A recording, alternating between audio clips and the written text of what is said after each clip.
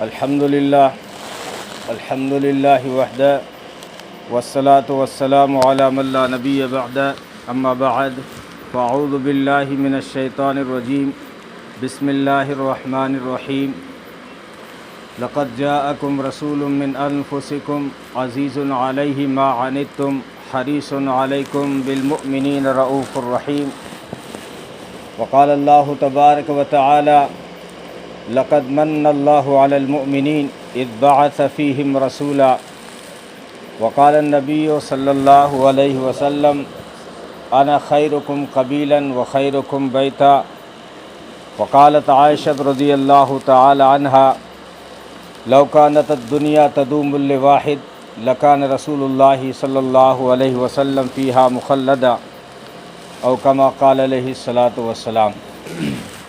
محترم دوستو، بزرگوں اور عزیز بھائیوں، یہ ربیع الاول کا مہینہ چل رہا ہے۔ اسی کی نسبت سے کچھ سیرت کے حوالے سے معروضات پیش کروں گا۔ یونس خان کی محبت کی وجہ سے یہاں آنا ہوتا ہے، اور ان کو بھی نبی کی سیرت بڑی پسند تھی۔ میرے سے وہ خود بتاتے تھے آپ سے محبت اسی لیے ہے کہ آپ کے سیرت کے بیان مجھے پسند ہے، تو ان کی ہی محبت کے حوالے سے بھی۔ اور ربیع الاول کا مہینہ ہے۔ ربیع کے معنی بہار، اول کے معنی پہلی۔ جب اس مہینے کا نام رکھا گیا تھا تو یہ بہار کے موسم میں آیا تھا۔ پہلی بار جب اس مہینے کا نام رکھا گیا تھا تو یہ بہار کے موسم میں آیا، اس کو ربیع الاول کہا جاتا ہے۔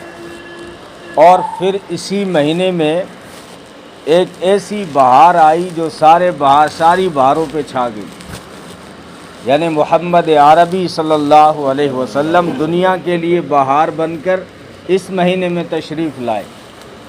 تو دنیا کے لیے بہار کا وقت تھا، دنیا کے لیے خوشی کا مژدہ تھا۔ ہر ایک جھوم رہا تھا، غلام کہہ رہا تھا کہ مجھے جو ہے اب آزادی کا پروانہ ملے گا۔ یتیموں نے کہا اب ہمارا آسرا آ گیا، مسکینوں نے کہا ہمارا بھروسہ آ گیا، یتیموں نے کہا ہمارا ٹھکانہ آ گیا، حلیمہ نے کہا میرا راج دلارا آ گیا، آمنہ نے کہا میری آنکھوں کا تارا آ گیا، عبد المطلب نے کہا میرے بڑھاپے کا سہارا آ گیا، کسی نے کہا چھوڑو ساری باتیں، وہ جگ سارے کا سارا آ گیا صلی اللہ علیہ وسلم۔ اسی مہینے میں بہار بن کر تشریف لائے۔ بیواؤں کے لیے بھی خوشی کی بات تھی۔ 25 سال کے نوجوان ہیں اور 40 سال کی بڑھیا سے نکاح کر رہے ہیں۔ حضرت خدیجہ سے پہلا نکاح ہو رہا ہے۔ کسی نے کہا کہ آپ نوجوان ہیں اور 40 سال کی عمر رسیدہ سے جو 2 مرتبہ پہلے بیوہ ہو چکی ہے اس سے نکاح کرنے جا رہے ہیں۔ فرمایا صرف نکاح نہیں کرنے جا رہا ہوں، بیوہ کا گھر بسانے جا رہا ہوں۔ بیواؤں کے لیے یوں سہارا بن کے آئے۔ لوگ یتیموں کا مال ہڑپ کے کھا جاتے تھے اور کوئی حساب کتاب نہیں تھا، جس کا ہاتھ چلا وہ جو ہے ہڑپ جاتا۔ آپ صلی اللہ علیہ وسلم نے آ کے اعلان فرمایا سب سے بہتر گھر وہ ہے جس میں یتیم خوش رہتا ہو۔ فرمایا جو کوئی یتیم کی کفالت کر لے، صرف شفقت سے یتیم کے سر پہ ہاتھ رکھ دے، اس کے ہاتھ کے نیچے جتنے یتیم کے بال آ جائیں اتنے گناہ اس کے معاف ہو جائیں۔ فرمایا جو یتیم کی کفالت کرے گا، یوں دیکھو میری طرف، فرمایا یہ 2 انگلیاں دیکھ لو، اس طرح وہ اکٹھا میرے ساتھ جنت میں ہوگا جو یتیم کی کفالت کرے گا۔ بیواؤں کو فرمایا الساعی علی الارملۃ والمسکین، جو کوشش کرتا ہے صرف یتیم غریب کی طرف اور بیوہ کا سہارا بننے کے لیے، اس کی ہیلپ کے لیے، اس کی مدد کے لیے تھوڑے بہت قدم اٹھاتا ہے۔ دیکھو یہ اسلام کا ظرف ہے جس نے ہر ڈپارٹمنٹ میں جنت رکھ دی، ہر شعبے میں جنت رکھ دی۔ کوئی ہو کمانے والا، یوں نہیں کہ بھاؤ مسجد میں رکھیں باقی جگہوں پہ نہیں۔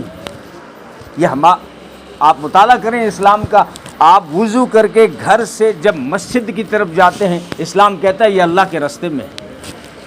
آپ جو ہے حلال کمانے کے لیے دکان پہ جا رہے ہیں، اسلام کہتا ہے یہ اللہ کے راستے میں ہے۔ بھاؤ دیکھو آپ، مسجد کی طرف قدم بڑھ رہے ہیں، وہاں پہ ایک ایک قدم کے بدلے میں نیکی مل رہی ہے۔ جو کاروبار حلال کمانے جا رہا ہے اس کے ایک ایک قدم اٹھانے پہ نیکی مل رہی ہے۔ ایک نوجوان گھڑ سوار جا رہا تھا، نبی کی سیرت کی طرف آؤں گا لیکن یہ اچھی باتیں یاد آئی ہیں تو کہتا چلوں۔ گھڑ سوار نوجوان گھوڑے پہ جا رہا ہے، صحابہ بیٹھے ہوئے ہیں، نوجوان ہے اور اس نے کہیں سفر کا عزم کیا ہوا ہے۔ تو صحابہ میں سے کسی نے کہا کہ کاش کہ اس نوجوان کی سواری، اس کی جوانی اللہ کے راستے میں لگتی۔ نبی نے فرمایا وہ کہاں جا رہا ہے؟ وہ تو کمانے جا رہا ہے، ملک شام جا رہا ہوگا، یمن جا رہا ہوگا۔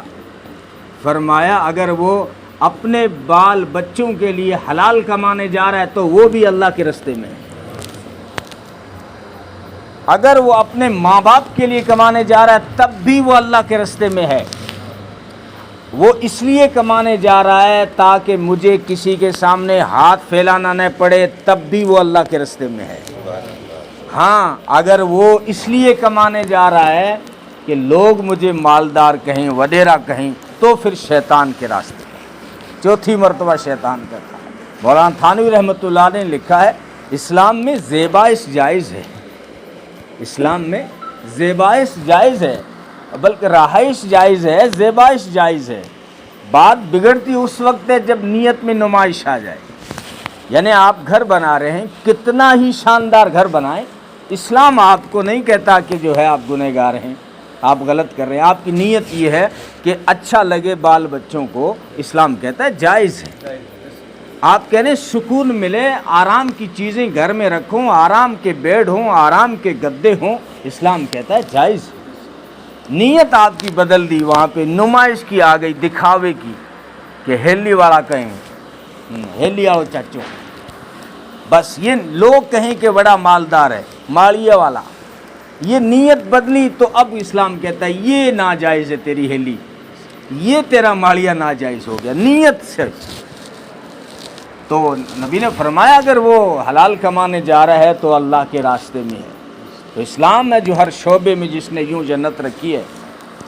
میری ایک مرتبہ یونس خان سے بات ہوئی، یونس خان مجھ سے کہا کرتے تھے کہ میں نے میرے بچوں کو دین نہیں سکھایا، حالانکہ بچے ٹیلنٹ ہیں میں جانتا ہوں، لیکن وہ انہوں کہتے تھے مجھے افسوس ہے اس بات کا، باقی ہوشیار ہیں، دھندے میں ہوشیار ہیں، دین کی تعلیم میں، دنیا کی تعلیم میں ہوشیار ہیں، لیکن مجھے تھوڑا قلق ہے، کہتے تھے افسوس ہے کہ میں دین نہیں پڑھایا ان کو۔ تو میں نے کہا کہ دین جو ہے یہ بچے اب بھی پڑھ سکتے ہیں، ایسا نہیں ہے کہ وہ اس عمر کو کروس کر کے جس عمر میں علم حاصل نہیں کیا جا سکتا۔ اسلام میں تو یہ کوئی عمر کی قید نہیں ہے، فرمایا علم سیکھو کہاں سے، کہ ماں کی گود سے قبر کی کوکھ تک۔ 80 سال کے قرآن پڑھ رہے ہیں، 80 سال کے لوگ جو ہے اردو پڑھ رہے ہیں، 80 سال کے لوگ پتہ نہیں کیا کیا سیکھ رہے ہیں۔ تو پڑھنے کی کوئی عمر نہیں ہوتی۔ میں نے ان کو تو یہ جواب دیا تھا، لیکن بیانات میں کہا تھا کہ تاکہ بچوں میں ایک شوق اور رغبت پیدا ہو، رونا چاہیے۔ آدمی کتنا بھی کامل ہو، جو ہے اپنے آپ کتنا بھی مکمل ہو، ٹیلنٹ اس کے اندر کتنا بھی ہو، لیکن آدمی وہی آگے بڑھے گا جو یہ سمجھے گا نہیں ابھی میرے اندر کمی ہے، مجھے اور آگے اگلی منزل پہ جانا ہے، مجھے اور اس سے آگے جانا ہے۔ جو آدمی یوں سوچ لیا گیا من تو سب کچھ آپا تو سب کچھ جانا، بڑا شانہ، وہ آدمی کی ترقی رک جاتی ہے وہیں پر، اسی آدمی کی پھر ترقی نہیں ہوتی۔ اس لیے دین ہماری ضرورت ہے، اور اسلام نے، میں کہہ رہا تھا کہ ہر شعبے میں جنت کس طرح رکھی ہے۔ جو ہے آپ جو ہے حلال کمانے جا رہے ہیں تو اسلام کہہ رہا ہے نبیوں کے ساتھ کون ہوگا، احادیث کا مطالعہ کریں نا، نبی بڑے فضائل ہیں، حافظ قرآن ہوگا، اب اس کی بڑی نرالی شان ہے قیامت کے دن، جو تختوں پہ اس کو بٹھا دیا جائے گا، علماء کو نور کے ممبروں پہ بٹھایا جا رہا ہے، شہیدوں کو، علماء کو شفاعت کا حق دیا جائے گا۔ بلکہ ایک روایت میں ہے کہ علماء سے کہا جائے گا کہ جنت میں داخل ہونے میں جلدی مت کرو، یہاں کھڑے ہو کے لوگوں کی سفارش کرو، آج تمہاری سفارش پر آسمان کے تاروں کی تعداد کے برابر میں لوگوں کو جنت کا پروانہ دوں گا۔ یہ جو ہے یہ اس طرح کی روایتیں ہیں، لیکن آپ اسلام کسی کو مایوس نہیں کرتا. آپ تاجر ہیں, آپ عالم نہیں بنے, اب آپ کی بھی تو خواہش ہوتا ہے میرا مقام بھی نبیوں کے ساتھ ہو. فرمایا تم بھی یہ مقام حاصل کر سکتے ہو. التاجر الصدوق الامین مع النبیین والصدیقین والشہداء. بس دو چیزیں اپنے بزنس میں پیدا کرو, سچائی اور دیانت داری. جس تاجر کے اندر سچائی اور دیانت داری ہوگی وہ کل قیامت کے دن نبیوں کے ساتھ ہوگا. التاجر الصدوق الامین مع النبیین والصدیقین والشہداء, یہ شہیدوں کے ساتھ, صدیقین کے ساتھ اور نبیوں کے ساتھ میں کھڑا ہوگا. اسلام آپ یہ نہیں ہے کہ آپ ڈاکٹر بن کے اب جنت نہیں کما سکتے, اب تو ساری سوئی لگانی ہے, ایسا نہیں ہے. اسلام کہتا ہے اگر تجھے زیادہ ٹائم نہیں ملتا, یہ بھی خدمت خلق ہے, نیت ہے, صرف بزنس, صرف پیسے کی نیت مت کر. یوں نہیں کہ جو ہے اب جو گھر بوڑھا شانہ آ گیا انہیں پر جاواں گا, نہیں, یہ نیت مت رکھ. اب جو ہے میں اپنی طرف سے شفا دینے کی کوشش کروں گا, شفا میرے ہاتھ میں نہیں ہے, شفا اللہ کے ہاتھ میں, لیکن میں کوشش کروں گا کہ میری وجہ سے اس کی تکلیف دور ہو. اس کے اوپر تو کیا ثواب ہوگا اس کا تو اندازہ آپ بعد میں لگائیں. پہلے اسلام کہتا ہے آنے والے مریض پہ ایک ڈاکٹر صاحب صرف شفقت اور عیادت کی نگاہ ڈال دے, 70,000 فرشتے تیرے لیے مغفرت کی دعا کریں گے. آپ کہیں گے میں تو انجینئر ہوں, اب میں کیسے جنت کماؤں؟ جنت تو تہجد والوں کو ملتی ہے. ہمارے قائد ہیں پنجاب لدھیانہ عثمان کے, علماء جانتے ہیں مجلس احرار کے, وہ فرماتے ہیں کہ ہم نے کچھ حدیثوں سے ہی جنت ڈھونڈی کہ جو پاجامہ ٹخنے سے اونچے اگر جنت ملے گی, تھوڑا نیچے ہو گیا سیدھا دوزخ میں جائے گا. لیکن وہ فرماتے ہیں کہ اگر ٹخنا نہیں, اگر گھٹنے پہ بھی باندھ دے اور ماں ناراض ہے جنت میں نہیں جا سکتا. ہاں وہ انہوں نے بیان جودھ پور کے بیان میں کہا تھا یہ بات. تو فرمایا کہ جو ہے اگر یہ بندہ ٹخنا تو چھوڑ دو, گھٹنے پہ بھی باندھ دے لیکن اس کے ماں باپ ناراض. اسلام کی ایک ترتیب ہے, جو ہے شرک ہے, سب سے پہلے توحید ہے, نماز ہے, ماں باپ کے حقوق ہیں, یہ ساری چیزوں سے مقدم ہیں اسلام کے اندر. آپ جو ہے نوافل پہ لگے رہیں اور ماں باپ کے حقوق ادا نہیں کر رہے ہیں, دروازہ ہی نہیں کھلے گا مائی ڈیئر. کیونکہ حدیث میں نبی نے فرمایا کہ باپ جنت کا مین دروازہ ہے, اوسط اس کو کہا نا, بیچ کا مین گیٹ جو ہے نا جنت کا باپ ہے. اور دوسری حدیث میں کہا گیا کہ ابا ناراض ہے تو ربا بھی ناراض ہے, ابا راضی ہے تو ربا راضی ہے, اگر ابا ناراض ہے تو ربا بھی ناراض ہے. سجدے کرتے رہو.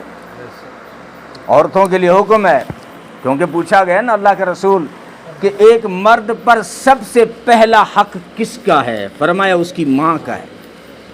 لیکن یہ اور سوال جب عورت نے کیا کہ ایک عورت پر سب سے پہلا حق کس کا ہے؟ فرمایا اس کے شوہر کا ہے. عورت پر سب سے پہلا حق, جب تک کنواری ہے تب تک اس کے اوپر بھی ماں باپ کا حق ہے, لیکن جیسے ہی نکاح ہو جاتا ہے اب عورت پر سب سے پہلا حق اس کے شوہر کا ہے. بلکہ فرمایا اگر کوئی عورت نفلوں میں پوری رات جو ہے نفلوں میں مصلی پہ رو رو کے سجدوں میں گزار دے اور اس کے گھر والا اگر ناراض ہے تو پوری رات اللہ اور اس کے فرشتے اس عورت پہ لعنت بھیجتے ہیں. نہیں ضرورت تیرے سجدوں کی مجھے, نہیں ضرورت تیری تسبیح کی مجھے, میں نے ایک ترتیب رکھی ہے, اسی ترتیب سے, اسی صراط مستقیم سے, اسی راستے سے میرے پاس آؤ. اس لیے تو خیر میں کہہ رہا تھا اگر کوئی انجینئر ہے اور وہ کہے میں بھی جنت کا متلاشی ہوں, جنت کا متمنی ہوں, تو اسلام نے کہا دال والا خیر کفاعلہ, بھلائی کی طرف رہنمائی کرنے والے کو ایسا ہی ثواب ملتا ہے جیسے بھلائی کرنے والے کو ملتا ہے. ایک مالدار شخص ہے, کسی غریب کو ہیلی گھر بنا کے دیا فری میں, ثواب کی نیت سے سارا پیسہ لگایا, کروڑوں کا لاکھوں کا بنا کے غریب کو دیا تاکہ اللہ راضی ہو جائے, جنت مل جائے. دوسرا آدمی غریب تھا, اس کے پاس اتنا پیسہ تو نہیں تھا کہ کسی غریب کو گھر بنا کے دے, لیکن تھا وہ انجینئر, اس نے اس گھر کا نقشہ بنا کے دیا. اسلام کہتا ہے جتنا ثواب اس مالدار کو ملے گا اتنا ثواب اس غریب انجینئر کو ملے گا. الدال والا خیر کفاعلہ. آپ کہیں میں سیاست میں جانا چاہتا ہوں اور پنچ بننا چاہتا ہوں, وڈیرا بننا چاہتا ہوں, شوق ہوتا ہے نا. آج کل تو گھر گھر چولہے پٹیل ہیں. ہاں نیتا ہر گھر میں ہو گیا نا, اسی لیے تو مسئلے قابو میں نہیں آ رہے ہیں. جو بھی 10 سال کو کروس گر گیا وہ سمجھتا میں سب سے شانہ نیتا ہوں, اسی لیے لڑائی ختم ہو. پہلے برکت, اس نبی نے فرمایا تھا برکت تمہارے بڑوں کے ساتھ ہے, برکت تمہارے بڑوں کے ساتھ ہے۔ بے شک تم نے کتابیں زیادہ پڑھی ہیں، لیکن تمہارے بزرگوں نے جو تجربے حاصل کیے وہ تم نے حاصل نہیں کیے، اس لیے فرمایا برکت بزرگوں کے ساتھ ہے۔ تو پہلے اسی لیے ہر گاؤں کی شان رہتی تھی کہ جو ہے گاؤں کے اندر دو چار جو بزرگ ہوتے تھے ان کی بات رکھتا تھا پورا گاؤں۔ اب تو چونکہ گھر گھر پٹیل ہے نا، خیر کسی کا شوق ہے سیاست میں جانے کا، مجھے پارشد بننا ہے، مجھے سرپنچ بننا ہے، مجھے ایم ایل اے بننا ہے، اسلام اس کو روکے گا نہیں۔ اسلام اس کو کہے گا کہ تو کسی غریب کے کام آ جانا، کسی غریب کے کام آنا 10 سال کے اعتکاف سے بہتر ہے۔ ایک بندہ مسجد میں اعتکاف میں بیٹھا اور 10 سال لگاتار بیٹھا، باہر نہیں نکلا، دوسرے آدمی جو سیاست میں تھا جا کے دستخط کر دیا کہ غریب کا کام ہونا چاہیے، اس غریب کا کام ہو گیا تو اس جو ہے سرپنچ کو مل گیا 10 سال کے اعتکاف سے بھی زیادہ ثواب۔ بلکہ نبی نے فرمایا اگر رمضان کے مہینے میں حرم کے اندر کوئی بیٹھا ہو اور پورا رمضان کا مہینہ حرم کے اندر اعتکاف میں گزار دے اور دوسرا جا کے کوئی کسی پریشان حال انسان کے کام آ جائے تو پریشان حال انسان کے کام آنے والا اس اعتکاف میں بیٹھنے والے سے بہتر ہے۔ بہتر۔ اسلام بہت پوری زندگی کا نام ہے، صبح سے لے کے شام تک، ولادت سے موت تک، کس طرح انسان یوز ہو، کس طرح استعمال ہو۔ آپ مسکرا رہے ہیں، جنت وہاں بھی آپ کا استقبال کر رہی ہے۔ مسلمان کی طرف مسکرا کے دیکھا، آپ کو صدقے کا ثواب مل گیا۔ بیوی کی طرف مسکرا کے دیکھا، آپ کو صدقے کا ثواب مل گیا۔ لقمہ دیا، صدقے کا ثواب مل گیا۔ دو مسلمان جب مصافحہ کرتے ہیں، حدیث میں دونوں کے گناہ جھڑ جاتے ہیں۔ جب ایک مومن دوسرے مومن کی طرف مسکرا کے دیکھتا ہے تو عرش سے رب العالمین مسکرا کے دونوں کو دیکھتا ہے۔ اس لیے یہ زندگی ہے جو ہم سے نکل گئی، ہم نے چند چیزوں کا نام اسلام رکھ دیا اور سمجھا کہ بس ہم یہ سب سے پکے مسلمان ہیں۔ اسی لیے تو اسلام بدنام ہو گیا ہماری وجہ سے، کیونکہ لوگ جو ہے ہماری زندگیاں دیکھتے ہیں، وہ قرآن نہیں دیکھتے، وہ مسجد میں آ کے ہمارے سجدے نہیں دیکھتے، وہ ہماری باہر کی زندگی دیکھتے ہیں کہ اگر ہم بزنس میں فراڈ کر رہے ہیں، دھوکہ دے رہے ہیں، دغا بازی کر رہے ہیں، جھوٹ بول رہے ہیں، تو لوگ سوچتے ہیں، پھر دنیا حیران ہوتی ہے کہ اسی کا نام مسلمان ہے۔ ورنہ مسلمان حمص کے بازار میں ایک مسلمان اپنی دکان پہ بیٹھا ہے، اس کے پاس میں کوئی آ گیا گراہک، اس نے کہا فلانی چیز لینی ہے، تیرے پاس ہے؟ کہاں ہے میرے پاس؟ کتنے کی؟ اتنے کی ہے، لیکن تجھے نہیں دوں گا، تجھے یہ چیز اگر لینی ہے نا تو سامنے والی دکان سے خرید۔ تو وہ گراہک جو تھا وہ عیسائی تھا، کرسچن تھا۔ اس نے کہا اچھا میں سمجھ گیا، تم مسلمان عیسائیوں سے نفرت کرتے ہو، وہ سامنے والے عیسائیوں کی دکان ہے، اس لیے عیسائی کو عیسائی کے پاس بیچتے ہو، میں سمجھ گیا۔ اس نے کہا بات یہ نہیں ہے، دکان میں نے بھی صبح کھولی، اس نے بھی صبح کھولی، میرے پاس اتنے گراہک آ گئے ہیں کہ جو ہے میرے بال بچوں کے لیے آٹے کا انتظام ہو گیا ہے، میں لیکن دیکھ رہا ہوں صبح سے بیچارے کے پاس کوئی غریب نہیں آیا۔ ہم یہ نہیں دیکھتے کہ اس کا دھرم کیا ہے، ہم یہ دیکھتے ہیں کہ وہ انسان ہے، اللہ کی بنائی ہوئی مخلوق ہے، یہ وہی ہے جس کے بارے میں اللہ نے کہا کہ میں نے انسان کو سب سے زیادہ خوبصورت بنایا ہے۔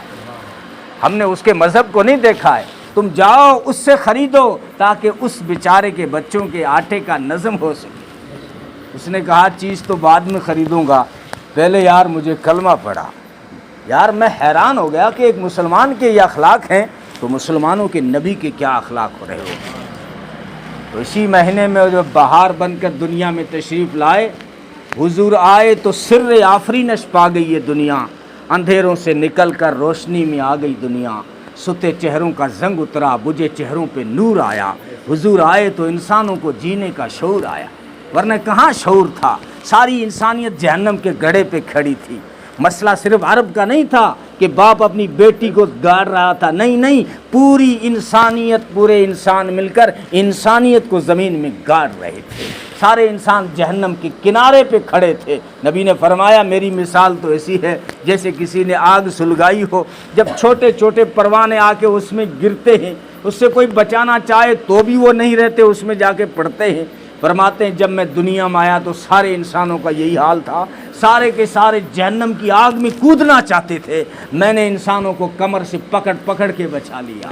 یہ حدیث کا مفہوم بتایا میں نے، سارے وما ارسلناک الا رحمتا للعالمین، کہ سارے جہانوں کے لیے اللہ فرمائے میرے محبوب میں نے آپ کو رحمت بنا کے بھیجا، سارے جہانوں کے لیے۔ سارے جہانوں کے لیے. تو اسلام کے احکام دیکھیں نا تو سارے انسانوں کے لیے رحمت. اور فرمایا وہ مومن نہیں ہو سکتا, خدا کی قسم وہ مومن نہیں ہو سکتا, خدا کی قسم وہ مومن نہیں ہو سکتا. پوچھا گیا کون اللہ کے رسول؟ فرمایا جس کی حرکتوں سے اس کا پڑوسی دکھی ہو. یہ نہیں دیکھا کہ پڑوسی مسلم ہے کہ عیسائی ہے, ہندو ہے کہ عیسائی ہے کہ مجوسی ہے, کوئی انسان پڑوسی اگر دکھی ہے اور یہ بندہ سجدے پہ سجدہ. نبی سے فرمایا گیا کس اس طرح کے کیس آئے, اللہ کے رسول ایک عورت ہے جو بہت نمازیں پڑھتی ہے, اپنے کہنے کہ 8 ٹائم کی پڑھتا ہے, 8 ٹائم کی کون سے آگے ہوا ہے وہ نوافل کی جو ہے نا, تہجد کی, اشراق کی, چاشت کی, 8 ٹائم کی پڑھتا ہے, بہت اللہ والی ہے. وہ اس عورت کے بارے میں مشہور تھا کہ بڑی نمازیں پڑھتی ہے, سارا دن تسبیح, لیکن اس زبان کی بڑی بد چلن ہے. اس کی زبان سے اس کے پڑوسی دکھی ہیں. نبی نے فرمایا جاؤ ابھی بتا دو وہ عورت دوزخ میں جائے گی, جہنم میں جائے گی, جنت میں نہیں جائے گی. اس کے سجدے اس کو جنت میں نہیں لے جا سکتے. فرمایا اللہ کے رسول ایک اور عورت ہے, زیادہ نماز تو نہیں پڑھتی, فرض پڑھ لیتی ہے, رمضان کے فرض روزے رکھ لیتی ہے, فرض جو اس کی زکوٰۃ ہے وہ ادا کر لیتی ہے, باقی زیادہ کوئی وہ سجدے نہیں کرتی, زیادہ نفل نہیں پڑھتی, زیادہ نفلی روزے نہیں رکھتی. بس وہ اخلاق کی اتنی اعلیٰ ہیں کہ زبان اس کی ایسی میٹھی ہے کہ سارے پڑوسی اس سے راضی ہے. فرمایا ابھی جا کے بتا دو نا وہ جنت میں جائے گی, ابھی جا کے بتا دو وہ کہاں جائے گی, وہ جنت میں جائے گی. ساری کائنات کے لیے رحمت بن کے آئے. حضور آئے تو انسانوں کو جینے کا شعور آیا. یہ علامہ اقبال نے کہا یہ پھول نہ ہوتا تو کلیوں کا تبسم بھی نہ ہوتا, یہ گل نہ ہوتا تو بلبل کا ترنم بھی نہ ہوتا, نقش ہستی پہ یہ گنچے شب پریشاں ہوتے, رخت بردوش میں سب دشت و گریباں ہوتے, خیمہ افلاق میں پھر سے تشدد ہوتا, بزم توحید کے نعروں میں تردد ہوتا, نہ دشت و جبل توحید کے ہدی خاں ہوتے, نہ مزین تیرے ذکر سے بیاں باں ہوتے. اقبال سہیل نے کہا کتاب فطرت کے سرے ورق پر جو نام احمد رقم نہ ہوتا تو یہ نقش ہستی ابھر نہ سکتا, وجود لوح و قلم نہ ہوتا, تیرے غلاموں میں نمایاں جو تیرا عکس کرم نہ ہوتا, تو بارگاہ ازل سے تیرا خطاب خیر الامم نہ ہوتا, نہ روئے حق سے نقاب اٹھتا, نہ ظلمتوں کا حجاب اٹھتا, فروغ بخش نگاہ عرفاں اگر وہ چراغ حرم نہ ہوتا, یہ زمین نہ ہوتی فلک نہ ہوتا, عرب نہ ہوتا عجم نہ ہوتا, یہ محفل کون و مکان نہ ہوتی اگر وہ شاہ امم نہ ہوتا. صلی اللہ علیہ وسلم سارا ہی ان کے ہی صدقے میں اللہ نے اپنے محبوب کے لیے سجا دیا ہے. ساری کائنات کے اندر جو حسن آیا یہ حسن وہاں سے لیا گیا. ہاں آج بھی شاعر کہتا ہے گلزار کے سائے میں آج بھی وہی حشر بپا ہے کہ پھولوں سے ابھی تک تیری خوشبو نہیں گئی. ہمارے ایک عالم ہیں, بریلویت کے عالم ہیں, مولانا ثاقب رضا مصطفی, وہ فرماتے ہیں کئی برسوں پہلے ہمارے آقا کا اس دھرتی پہ جو ہے آمد ہوئی تھی اور تشریف آوری ہوئی تھی, لیکن ماحول کی تازگی بتاتی ہے کہ کل ہی کوئی گزر کے گیا. حضرت جابر فرماتے تھے کہ ہمارے آقا جب کسی گلی سے گزرتے تھے اور ہم اگر گھنٹوں بعد بھی صبح گزریں شام کو بھی اس گلی میں جانا ہوتا تھا نا تو گلی کی مہک بتا دیتی تھی کہ ہمارے آقا یہاں سے گزرے. آپ نے سنا ہوگا ہمارے آقا کو خوشبو بہت پسند ہے. 3 چیزیں بہت پسند تھی. میری آنکھوں کی ٹھنڈک نماز میں, اس میں مولانا نے تفصیل سے بیان کیا, اور مولانا کا درد جو تھا وہ میرے پاس نہیں ہے, ماشاءاللہ بہت اچھے انداز میں بیان کیا. اور دوسرا جو ہے مولا فرمایا کہ نیک عورت بڑی پسند تھی نبی کو. عورت اور نیک ہو پھر اس کا اثر بہت زیادہ ہوتا ہے. آج بھی لوگ کہتے ہیں لڑکا پڑھا مرد پڑھا فرد پڑھا, لڑکی پڑھی خاندان پڑھا. تو نبی نے فرما دیا تھا اگر عورت نیک ہو, یہ چیز اسلام میں بڑی پسند کی گئی ہے کیونکہ اس کے اثرات اب بہت زیادہ پھیلیں گے, کئی گھرانوں تک پھیلیں گے. اور تیسری چیز فرمایا مجھے خوشبو بہت پسند ہے. لیکن ایک بات بتا دوں, کوئی مجھے نبی کو کسی خوشبو کی دکان پہ نہیں بتا سکتا کہ وہاں نبی وہاں عطر خرید رہے ہیں, وہاں یمن میں خرید رہے ہیں. خوشبو پسند تھی لیکن خوشبو وجود سے آتی تھی, اور پسینے میں جو خوشبو آتی تھی وہ دنیا کے کسی عطر میں نہیں تھی. یہ بات حضرت ام سلیم نے کہی. ام سلیم کے پاس میں مدینے کی عورتیں آتی تھیں اور کہتی تھی ام سلیم تیرے پاس جو خوشبو ہے وہ ہمیں دو تاکہ ہم اپنی دلہنیا کو لگائیں، کیونکہ جو تیرے پاس خوشبو ہے وہ خوشبو تو ہم کہیں اور محسوس نہیں کرتے، اور ذرا یہ بھی ایڈریس بتا لاتی کہاں سے؟ کہنے لگی دنیا کی کسی دکان میں نہیں، یہ خوشبو محمد عربی صلی اللہ علیہ وسلم کے پسینے کی خوشبو۔ کہتی ہے میرے گھر دوپہر کو کبھی کبھار آرام فرما لیا کرتے تھے، ماں سا تعلق رکھتی ہے، بیٹا انس 10 سال کے لیے خدمت میں دیا تھا، یہی ام سلیم۔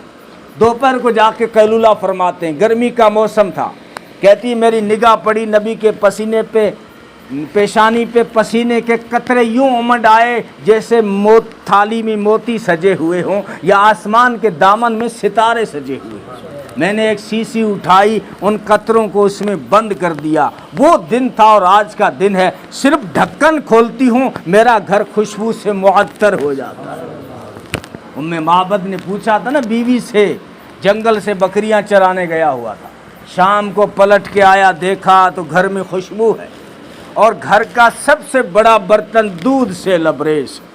تو کہا ام معبد یہ کہاں سے آ گیا اتنا سارا؟ اور پہلے تو یہ بتا خوشبو کیسی ہے اور پھر یہ بتا دودھ کہاں سے آیا؟ کہنے لگی کیا بتاؤں، کوئی برکتوں والا آیا تھا، بس یہ اسی کی برکت ہے۔ اس نے کہنے لگی اپنی اسی بکری کا تو ہے دودھ، اسی اپنی بکری کا، یہ تو بیمار ہے، لاغر ہے، ضعیف ہے، اگر یہ چل سکتی تو جنگل نہیں لے جاتا، یہ تو کئی دنوں سے دودھ نہیں دیتی، یہ سارا کہاں سے دے دے گی؟ کہنے لگی کمال اس کا نہیں ہے، کمال مبارک کا ہے، برکتوں والا، جس کا نام اس نے خود مبارک رکھا تھا۔ اس نے پوچھا نا نام کیا تھا؟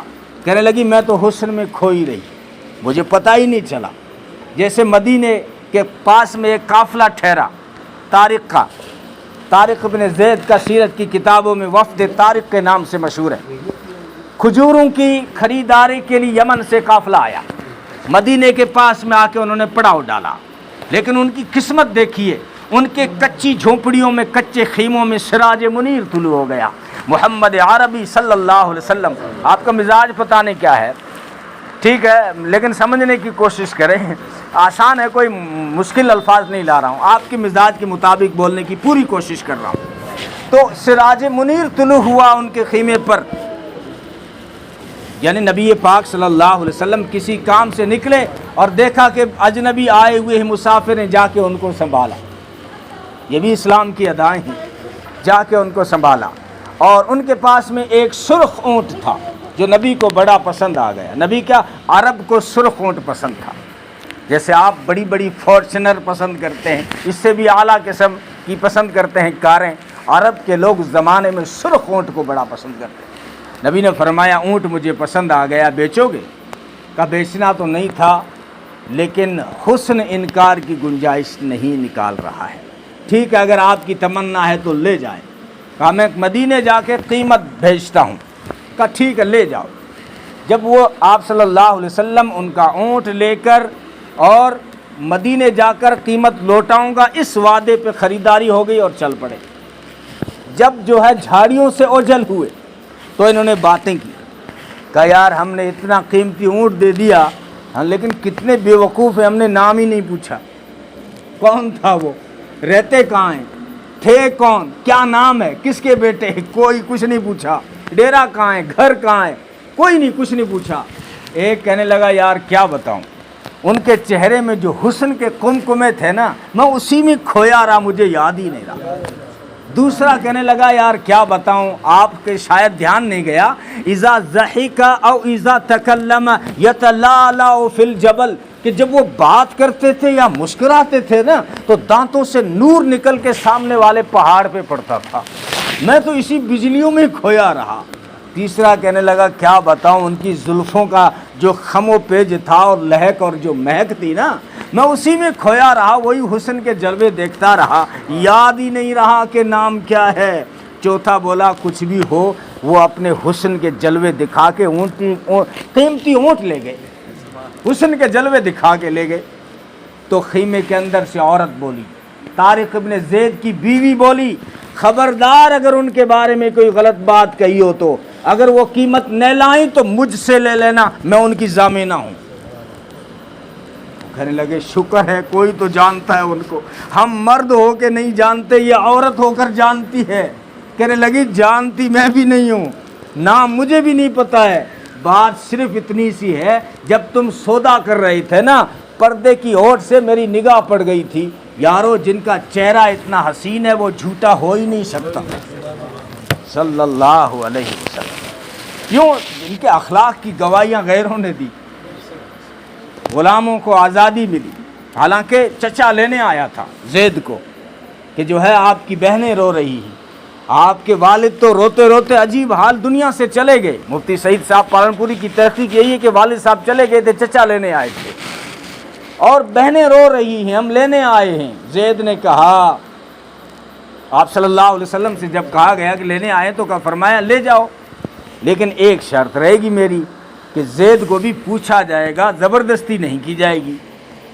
تو زید سے کہا گیا کہ میں چچا ہوں، سالوں سال تیرا باپ پھرتا رہا دنیا میں، وہ قسم کھاتا رہا کہ میں جو ہے جب تک میرا بیٹا نہ ملے میں نہاؤں گا نہیں، اسی تڑپ میں وہ مر گیا، اور تیری بہنیں آج بھی رو رہی ہیں، اور تیری ماں کا تو روتے روتے عجیب حال ہے، تو گھر چل بیٹا میں لینے آیا ہوں۔ فرمایا ماں کو سلام دے دینا، بہنوں کو بھی بڑے پیار سے میرا سلام دے دینا، لیکن وہاں سب کچھ ملے گا مجھے، بہنوں کی شفقت ملے گی، ماں کی مامتا ملے گی، لیکن محمد عربی کا پیار نہیں ہوگا وہاں، میں محمد عربی صلی اللہ علیہ وسلم کو چھوڑ کے نہیں جا سکتا۔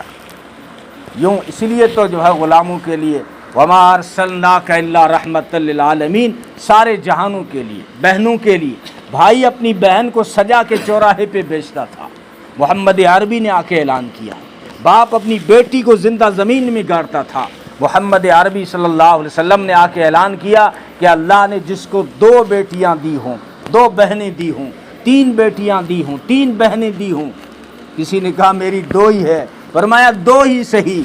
مجلس ختم ہونے کے بعد ایک نے کہا میری تو 1 ہی ہے، کاش کہ 1 کے بارے میں پوچھ لیتے نبی سے کیا فضائل ہیں اس کے، فرمایا وہی فضائل ہیں صحابہ نے کہا جو 2 اور 3 والوں کے، یعنی 1 بیٹی بھی اگر کسی کے ہے، فرمایا کہ اس نکاح تک اس پر خرچ کرے، اور ساری روایتوں کو سامنے رکھے اگر میں خلاصہ نکالوں تو یہ چیزیں بنتی ہیں، نام اچھا رکھے، تعلیم و تربیت کا انتظام کرے، اور تعلیم تربیت 2 چیزیں ہیں، تعلیم تربیت بھی ساتھ میں ہے، لفظ دونوں استعمال ہوتے ہیں، لیکن ہم نے صرف آج کل صرف تعلیم پہ زور دے رکھا ہے، تربیت پہ ہمارا دھیان نہیں ہے، اس لیے تعلیم و تربیت کو 1 سیکنڈ کے لیے بھی جدا نہیں کیا گیا۔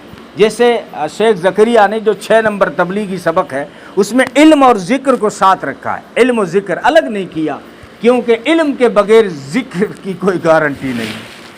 ہاں ذکر بہت کرتے تھے عیسائی، علم نہیں تھا دوزخ میں چلے گئے، اور یہودیوں کے پاس میں علم بہت تھا لیکن ذکر نہیں تھا، یاد اس کی اللہ کی نہیں تھی، دوزخ میں چلے گئے۔ علم اور ذکر کو ساتھ رکھو کہ بغیر اس کی یاد کے علم کام نہیں دیتا۔ تو ہم نے علم پہ تو زور دیا اور زور دینا چاہیے، اسلام کا پہلا سبق تھا اقرا، ورنہ بڑی بڑی قومیں جو فخر کرتی ہیں ان کی دھارمک کتابیں اٹھا کے دیکھو، اس میں لکھا ہوا ہے کہ جو یہ SC/ST والے ہیں ان کو نہیں پڑھنی چاہیے یہ کتاب، لیکن قرآن نے سارے انسانوں سے سب سے پہلے جو کہا نا وہ کہا اقرا، باقی باتیں ساری بعد میں ہوں گی، پہلے پڑھو، پڑھو گے تو پتہ چلے گا نماز یوں پڑھی جاتی ہے، پڑھو گے تو پتہ چلے گا بزنس یوں کیا جاتا ہے، پڑھو گے تو پتہ چلے گا کہ یہ اندھیرا ہے یہ روشنی ہے۔ اس لیے اسلام نے علم اس کے اوپر زور دینے کی ضرورت ہے، ہمیں مسلمانوں کو کسی نے پیچھے نہیں رکھا ہے، مسلمانوں کو ہم سب مسلمانوں نے ہی پیچھے رکھا ہے۔ آج بھی ترقی، یہ دنیا دارالاسباب ہے، یہاں جو محنت کرے گا وہ پائے گا۔ 70 سال RSS نے محنت کی، انہوں نے نتیجہ دیکھ لیا، ہر جگہ ان کی چلتی ہے۔ سعودی عرب میں چلے جاؤ، اہل حدیث نے محنت کی ہے، ہر ڈپارٹمنٹ میں اہل حدیث کی چلے گی، لیکن ہم نے محنت نہیں کی اور بیت کے سارے یوگی یوں کرتا ہے، مودی یوں کرتا ہے، تو کیا کر رہا ہے وہ دیکھ، کیوں شکایت ہو مجھے کسی غیر سے جھوٹی، اللہ کی رسی تو نہ ٹوٹی نہ ٹوٹے گی اور نہ ٹوٹی، افسوس یہی ہے کہ میرے ہاتھ سے چھوٹی، رسی تو میرے ہاتھ سے چھوٹی ہے، اب میں کہہ رہا ہوں کہ چڑھا نہیں گیا، رسی کمزور تھی، رسی کمزور نہیں تھی، تیرے ہاتھ سے چھوٹی ہے۔ راستے آج بھی موجود ہیں، تعلیم میں آگے بڑھو، ایجوکیشن میں آگے بڑھو، اور جو ہے نسل کو پڑھاؤ۔ فضول پیسہ شادیوں میں خرچ کرنے کے بجائے اگر پیسہ خرچ کرنا ہے نا، اپنی اولاد کی پڑھائی پہ کرو۔ ہم جو بیٹیوں کو تجوریاں دیتے ہیں، یہ جو الماریاں دیتے ہیں، ان کو چند سالوں کے بعد بس 2-5-7 منٹ روک دو اس کو، وہ ایک دن ان کو زنگ لگ جانا ہے، ان کو ایک دن زنگ لگ جانا ہے۔ لیکن نبی نے فرمایا سب سے بہتر جو باپ اپنی اولاد کو گفٹ دے سکتا ہے وہ علم ہے، اس سے بڑا کوئی گفٹ نہیں۔ تو الحمدللہ گفٹ دے کے گئے ہیں میرے بچوں، سمجھ جاؤ آپ، گفٹ آپ کو بڑا دے کے گئے ہیں، ٹھیک ہے؟ اسی لیے یہ بڑی چیز ہوتی ہے۔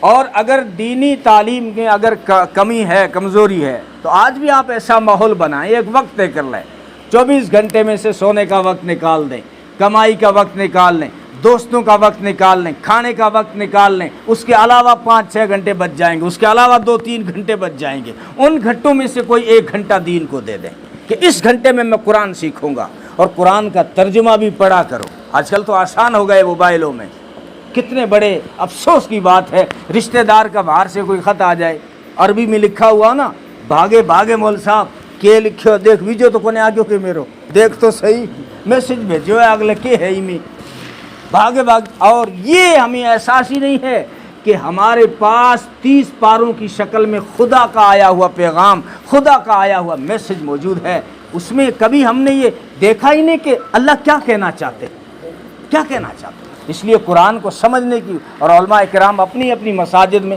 ہفتے میں 1 بار تعلیم تو ہم صبح شام کرتے ہیں، منتخب حدیث، کوئی فضائل اعمال، کوئی بہشتی زیور، کوئی جنتی زیور، الگ الگ پڑھتے رہتے ہیں، لیکن ہفتے میں 1 دن ایسا رکھو جس میں امت کے سامنے قرآن سمجھا کے بتاؤ کہ قرآن کی 2-3 آیتوں کا یہ مطلب ہے۔ آپ 2-4 آیتیں روزانہ سمجھاؤ گے نا، 5-7 سالوں میں پورا قرآن مکمل ہو جائے گا امت کے سامنے۔ یہ بہت ساری مساجد میں ترتیب چل رہی ہے، اور جہاں نہیں ہے یہ ہونی چاہیے۔ تو خیر، میں نے آپ کا وقت کہیں زیادہ نہیں لے لیا ہو۔ مولانا صاحب نے جو نماز کی دعوت دی ہے وہ بھی بڑی قابل، ہم مسلمان بھی عجیب ہیں، کاش کہ وہ دن آ جائیں۔ مشہور ہے کہ پٹھان کا بچہ کہیں بھی جائے گا نماز نہیں چھوڑے گا، مشہور ہے، پتہ نہیں ان میں بھی بے نمازی ہوں گے اپنے جیسے، لیکن یہ بات مشہور ہے، کیونکہ انہوں نے کرکٹ کے میدانوں میں نماز پڑھا کے دکھا دی۔ ابھی پیچھے میں ہوا، آپ کو پتہ ہوگا، افغان کا اور پڑوسی کا، دونوں ملکوں کے ایک ہی صف میں کھڑے ہو گئے، ہائے کیا نماز کی شان ہے، ایک ہی صف میں کھڑے ہو گئے محمود و ایاز، نہ کوئی بندہ رہا نہ کوئی بندہ نواز۔ میرے سامنے مسئلہ آیا چند دن پہلے، مطلب مسجد کے اندر کوئی پرانا 30 سال کا نمازی ہے، وہ ایک ہی جگہ نماز پڑھتا تھا، اب وہ کوئی دوسرا بندہ آ کے وہاں بیٹھ گیا، وہ کیا، وہ تو میری جگہ ہے بنا سڑک کے، کہا یار مسجد اللہ کا گھر ہے، وہ لڑ رہے تو اوپر میں چلا گیا، اب میں جا کے بیٹھ گیا، کیا کروں، کوئی پوچھے تبھی تو مسئلہ بتایا جائے گا نا۔ تو وہ آپس میں کر رہے ہیں کہ پرانے مول صاحب آبے بتاتا نہیں، جھوٹے پانے سے حوالے، وہ مول صاحب یہاں بتاتا، وہ یہاں بتاتا، داڑھی آڑا کو حق بنے اڑے فتوہ ایک اور ٹیک دیے وہ کہ اٹھے تو داڑھی آڑا کو حق بنے، تیرے تو داڑھی کو نہیں، میں کو نکاح کرا رہے ہو کہ گواہ بنا کے اڑے۔ پھر میں نے کہا کہ بھائی یہ مسجد ہے، ایک ہی صف میں کھڑے ہو گئے محمود و ایاز، نہ کوئی بندہ رہا نہ کوئی بندہ نواز۔ جس جگہ بادشاہ کھڑا ہوگا اسی جگہ اس کے پہلو میں غریب مزدور کھڑا ہوگا، اگر مزدور پہلے آ گیا اس کو بادشاہ نہیں ہٹا سکتا، اسی کا نام تو مسجد ہے۔ یہی تو ادائیں سکھانی تھی، تم سمجھتے ہو صرف اللہ کو یاد کرنا تھا، صرف اللہ کو یاد کرنا تھا تو گھر میں بھی اللہ سن رہا تھا، ایسا نہیں کہ اللہ مسجد میں آ کے سنتا ہے اور گھر میں جا کے اللہ کے کان بند ہو جاتے ہیں، نعوذ باللہ، ایسا نہیں ہے۔ وہاں یہی چیز تو پیدا کرنی تھی کہ مسلمانوں کی صفوں میں اتحاد دیکھنا ہے، مسلمانوں میں اتفاق دیکھنا ہے، اونچ نیچ ختم کرنا ہے، غریبی مالداری کا فرق مٹانا ہے، قوموں کا فرق مٹانا ہے۔ تو قاجی ہے بنا شرک مراسی اڑے کیلے وہ تو، یہ نہیں ہے اسلام میں۔ مراسی پہلے آ گیا تو پہلے وہ کھڑا ہوگا، اب قیام خانی بعد میں کھڑا ہوگا، ٹھیک ہے۔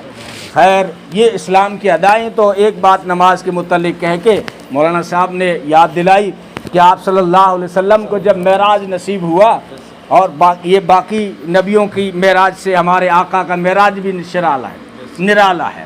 باقی نبیوں کو بھی معراج عطا ہوئی.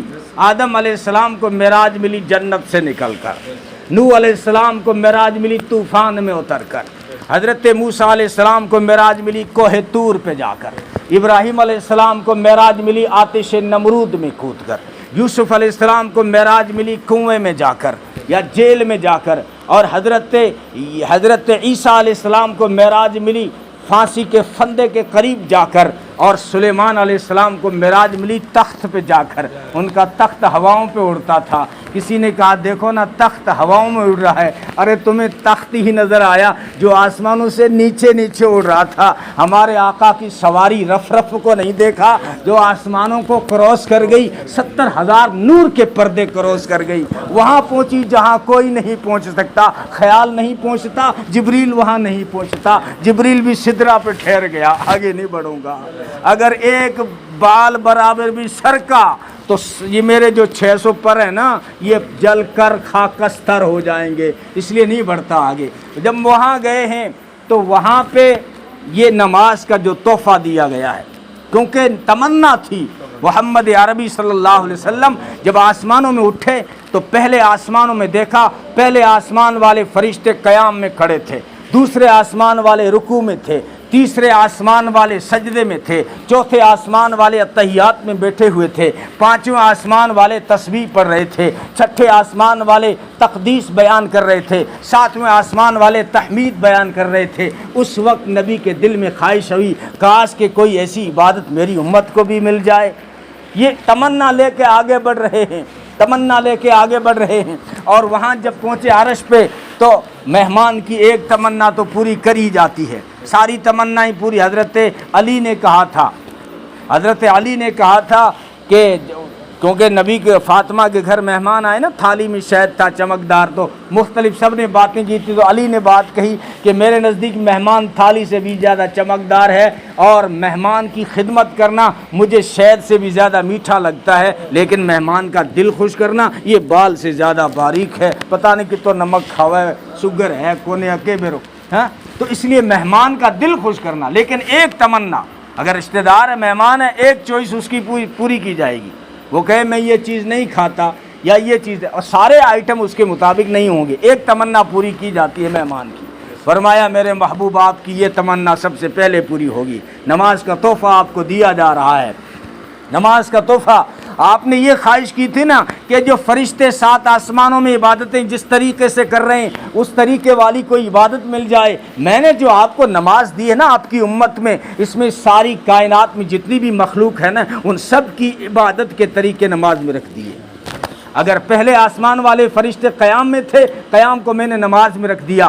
دوسرے آسمان والے رکوع میں تھے، رکوع کو میں نے نماز میں رکھ دیا. تیسرے آسمان والے سجدے میں تھے، سجدے کو میں نے نماز میں رکھ دیا. چوتھے آسمان والے اتحیات میں بیٹھے ہوئے تھے، اتحیات میں نے نماز میں رکھ دیا. پانچویں آسمان والے تسبیح پڑھ رہے تھے، تسبیح کو میں نے نماز میں رکھ دیا. چھٹے آسمان والے ثنا بیان کر رہے تھے، میری پاکی اور سبحان اور تقدیس بیان کر رہے تھے، تو تقدیس کو سبحانک اللہ کو میں نے نماز میں رکھ دیا. اگر جو ہے 7ویں آسمان والے میری تعریفیں کر رہے تھے، تحمید بیان کر رہے تھے، تو میں نے نماز کی سٹارٹنگ یوں سے کر دی، الحمدللہ رب العالمین. تمام جہانوں کی جو پالنہار جو ہے وہ اللہ ہے، تمام تعریفیں اس رب کے لیے ہے جو سارے جہانوں کا پالنہار ہے. یہ تعریف بھی میں نے نماز میں رکھ دی. میرے محبوب آگے سن، مخلوقات جو کائنات میں رہتی ہے ان سب کی ادائیں جا کے دیکھنا. آپ دیکھنا کہ دنیا میں درخت قیام میں کھڑے ہوں گے، میں نے قیام نماز میں رکھ دیا. آپ دیکھنا چوپائے جو ہے رکوع میں ہوں گے، رکوع نماز میں ملے گا. آپ دیکھنا مینڈک کچھوا یہ اس طرح کے جانور آپ کو سجدے میں ملیں گے، سجدہ نماز میں ملے گا. آپ دیکھنا پہاڑ اتحیات میں بیٹھا ہوگا، میں نے اس کی جو ہے ادا بھی نماز میں رکھ دی. آپ دیکھنا جو ہے کوئی سجدے میں ہے، کوئی رکوع میں ہے، کوئی تسبیح پڑھ رہا ہے، کوئی تعریف بیان کر رہا ہے، کوئی تقدیس بیان کر رہا ہے، یہ ساری ادائیں میں نے نماز میں رکھ دی. اس لیے گھانگو کے مسلمانوں، جب کوئی مسلمان 2 منٹ میں 2 رکعت پڑھتا ہے، وہ صرف 2 رکعت نہیں ہوتی بلکہ ساری کائنات اور ساری جو ہے 7 آسمانوں کے فرشتوں کی عبادت 2 رکعت میں آ جاتی ہے. نماز پڑھیں گے آپ. حضرت عیسیٰ علیہ السلام کا گزر ہوا سمندر کے کنارے، یہ تاریخی روایت عیسیٰ علیہ السلام نے دیکھا کہ ایک پرندہ ہے بگلا، دوڑو بگلا جسو، وہ بگلا سفید پرندہ ہے، اور بڑے اہتمام سے وہ پانی میں نہایا اور پھر آ کے کیچڑ میں لت پت ہو گیا، پھر کیچڑ میں پورا جب گندا ہو گیا تو پھر جا کے نہایا۔ ابھی اس نے 5 بار ایسا کیا، عیسیٰ علیہ السلام کو کچھ سمجھ میں نہیں آیا۔ اتنے میں جبریل آیا، کہا کہ اللہ اس پرندے سے کچھ بات سمجھانا چاہتے ہیں۔ اللہ فرما رہے ہیں یہ پرندہ 5 مرتبہ تو کیچڑ میں لت پت ہوا اور 5 مرتبہ صاف ہوا۔ جب کیچڑ میں گیا تو لگا ہی نہیں کہ یہ بگلا ہے، اور جب صاف ہوا تو ایسا صاف شفاف ہوا، لگا ہی نہیں کہ کوئی دھبا ہے اس کے اوپر۔ فرمایا اللہ نے اس پرندے کی ادا سے اپنے محبوب کی امت کو ملنے والی نماز کی فضیلت سمجھائی ہے کہ انسان گناہوں کے کیچڑ میں کتنا بھی لت پت ہو جائے، لیکن جب نماز میں آئے گا نا اللہ اس کو بگلے کی طرح صاف کر دے گا۔ پڑھو گے نماز؟